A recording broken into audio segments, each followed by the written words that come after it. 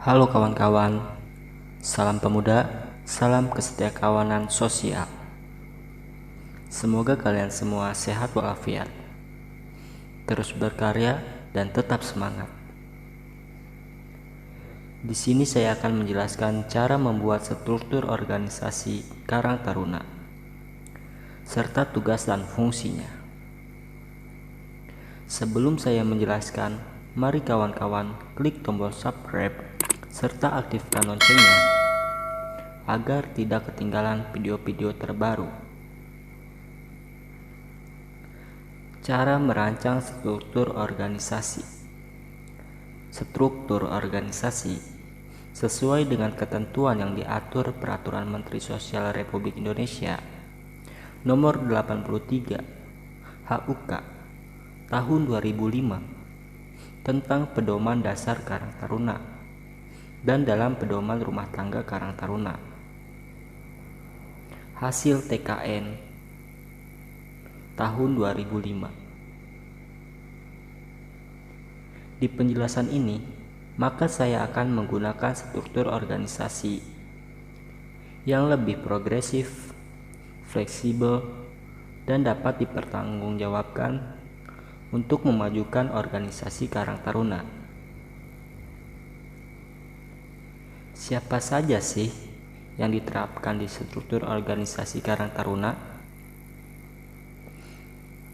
Inilah salah satu contoh susunan dan komposisi pengurus Karang Taruna.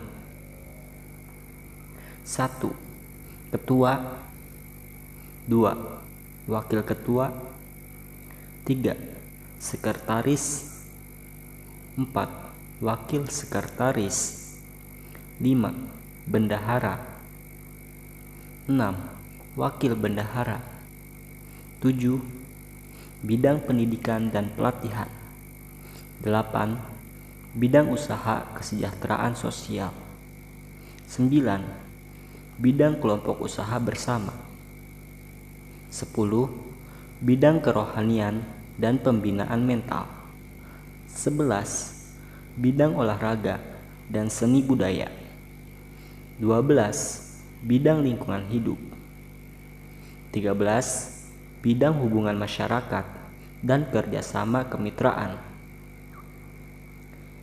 Itu salah satu contoh struktur organisasi yang progresif, fleksibel, serta dapat dipertanggungjawab untuk memajukan organisasi tersebut. Nah, berbincang tentang tanggung jawab, di sini saya akan menjelaskan tugas dan fungsi dari pengurus tersebut.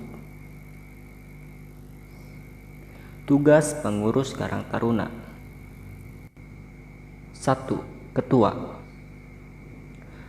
Ketua memiliki kewenangan membuat dan mengesahkan seluruh keputusan-keputusan dan kebijakan-kebijakan organisasi yang bersifat strategis melalui kesepakatan dalam forum rapat pengurus pleno yang disingkat RPV atau musyawarah bersama.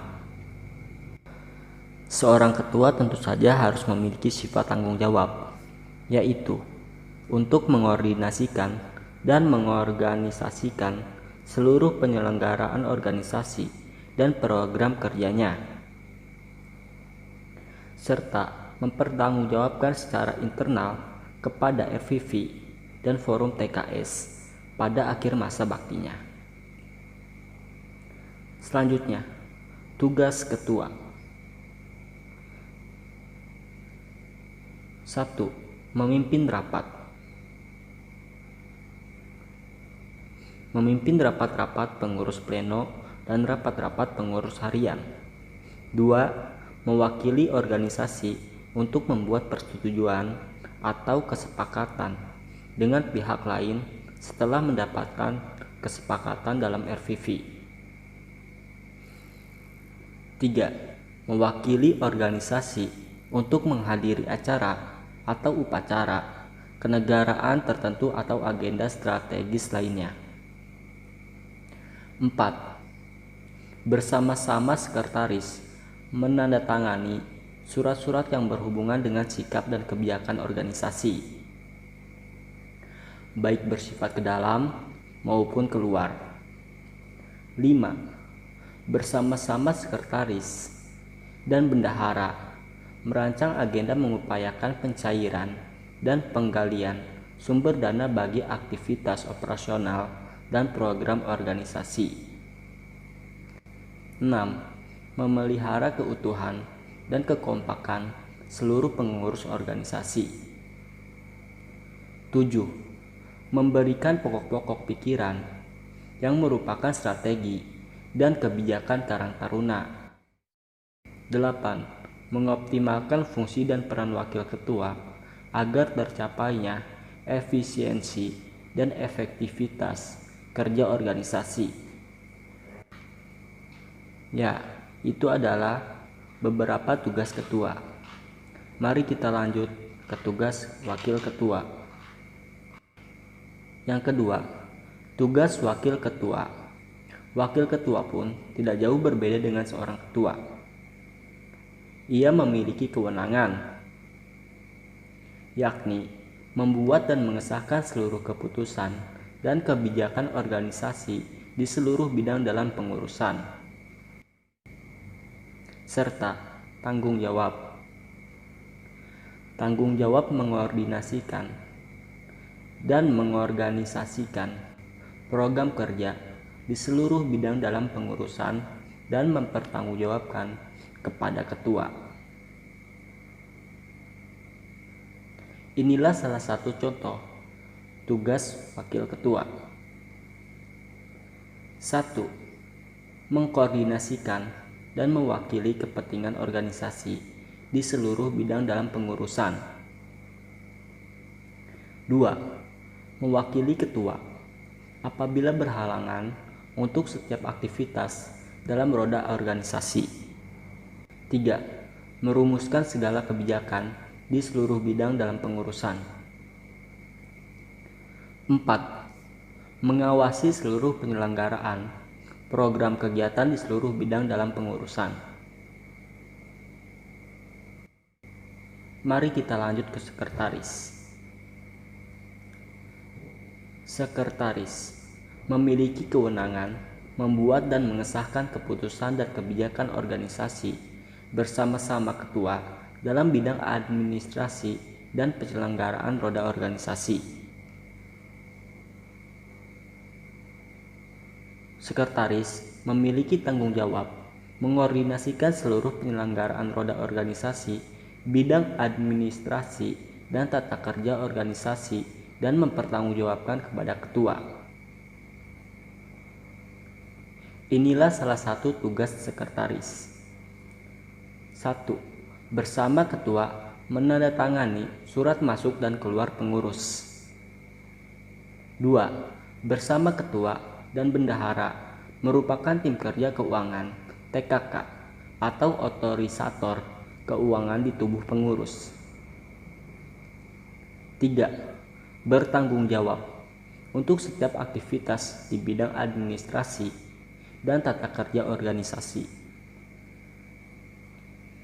4. Merumuskan dan mengusulkan segala peraturan organisasi di bidang administrasi dan tata kerja organisasi untuk menjadi kebijakan organisasi. 5. Mengawasi seluruh penyelenggaraan aktivitas organisasi di bidang administrasi dan tata kerja dan menghadiri rapat-rapat pleno dan rapat-rapat pengurus harian. 6. Memfasilitasi kebutuhan jaringan kerja internal organisasi antara bidang. 7. Menjaga dan memelihara solidaritas kepengurusan melalui konsolidasi internal dan manajemen konflik yang representatif. 4. Wakil sekretaris. Wakil sekretaris memiliki kewenangan membuat dan mengesahkan keputusan dan kebijakan organisasi bersama-sama sekretaris dalam kesekretariat dan kerumah tanggaan. Wakil sekretaris memiliki tanggung jawab mengordinasikan seluruh aktivitas kesekretariatan dan tata usaha organisasi dan mempertanggungjawabkan kepada sekretaris. Tugas wakil sekretaris: mewakili ketua sekretaris apabila berhalangan, terutama untuk setiap aktivitas kesekretariatan dan tata kerja organisasi. 2. Bersama ketua sekretaris mengawasi seluruh penyelenggaraan aktivitas organisasi di bidang administrasi dan tata kerja dan menghadiri rapat-rapat pleno dan rapat pengurus harian.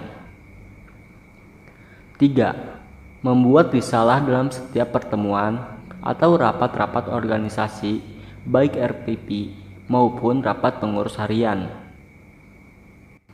4.